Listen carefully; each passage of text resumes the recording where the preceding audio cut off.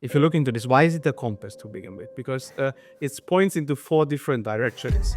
And I'm not kidding, different pillars and layers, as complicated as usually as we are accustomed on the European Union. So, I mean, one of the questions this throws up is all about competitiveness and the economy. I mean, we saw this week the launch of maybe one of the most ridiculous political symbols that I can remember. And I'm British, so we saw many of those in British policy. But Ursula von der Leyen proudly launched what she called her Competitiveness Compass. As I say, one idea destined for the dustbin of history. But there's been a lot of chatter in the pan-European press this week about Ursula von der Leyen trying to row back on some of the green policies that have strangled Europe's economy for so long, that they're actually serious about kind of boosting investment and cutting red tape and all these kinds of things. So some people have gone as far to say that this means that the era of kind of green policies, maybe even net zero, is now called into question by von der Leyen. I'm slightly more skeptical about this, but Richard, what have you made of this supposed new drive for economic competitiveness? Well, at least they has come to the realization, as I mentioned. But if you look into this, why is it a compass to begin with? Because it points into 4 different directions.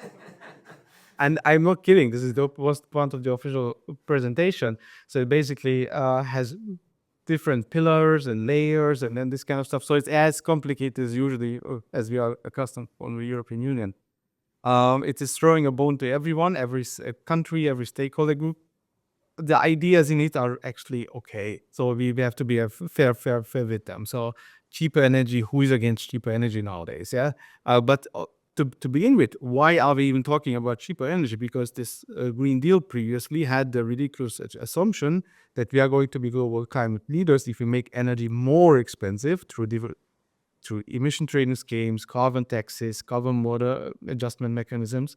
And so to reduce emissions, we reduce production actually, because we reduce the energy supply, making it more expensive.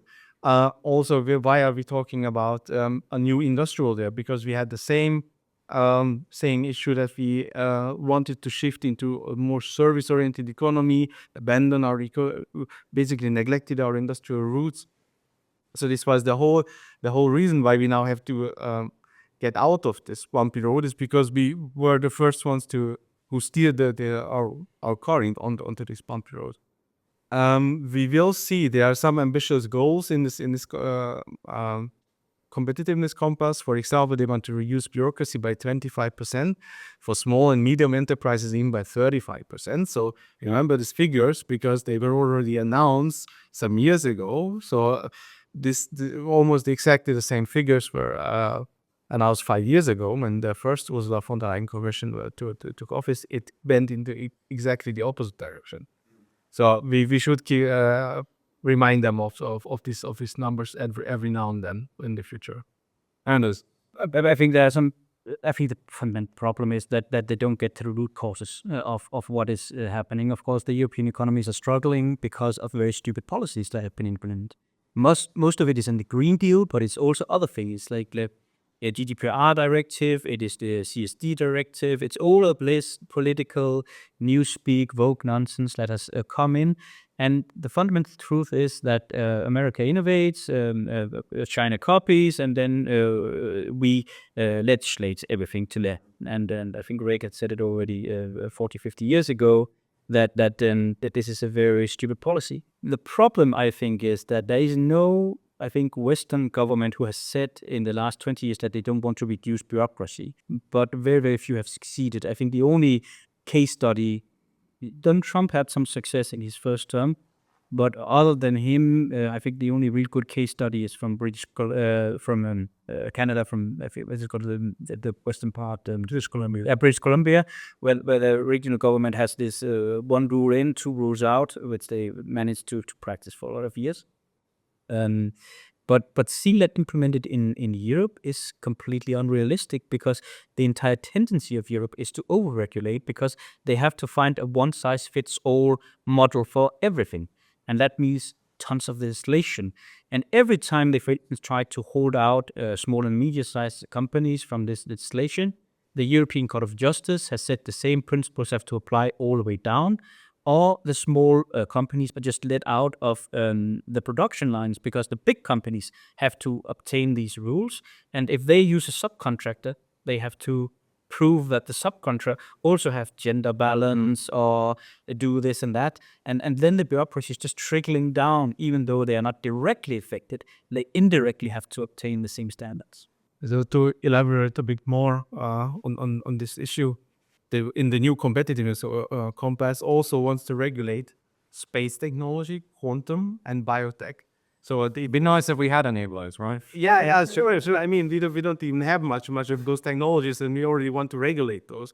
We still see this legacy approaches that the Europe wants to regulate space technology, even though we don't have any space. Okay, we have some. The French-led efforts are pretty good, but why do we even regulate it? Why is this somehow the key to innovation that we need to pass European legislation on this?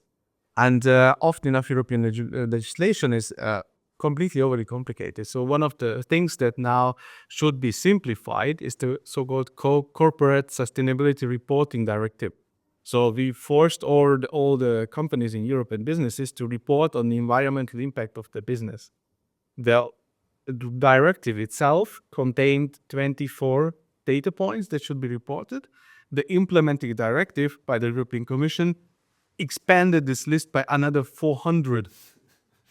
So this is exactly what you say, that once you want to apply these European regulations equally to all across the Europe, which is very diverse in its economy and society, by its nature, it's going to be complicated and it will stifle innovation. So we should not only have European economic policies in the center, but also what is the role of the member states in regaining our innovation.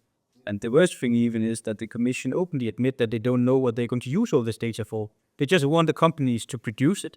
And the only sector that will grow is lawyers and accountants. They will have a field day with it. And I think just one thing that we could add on to this is now all of this fear-mongering over big tech.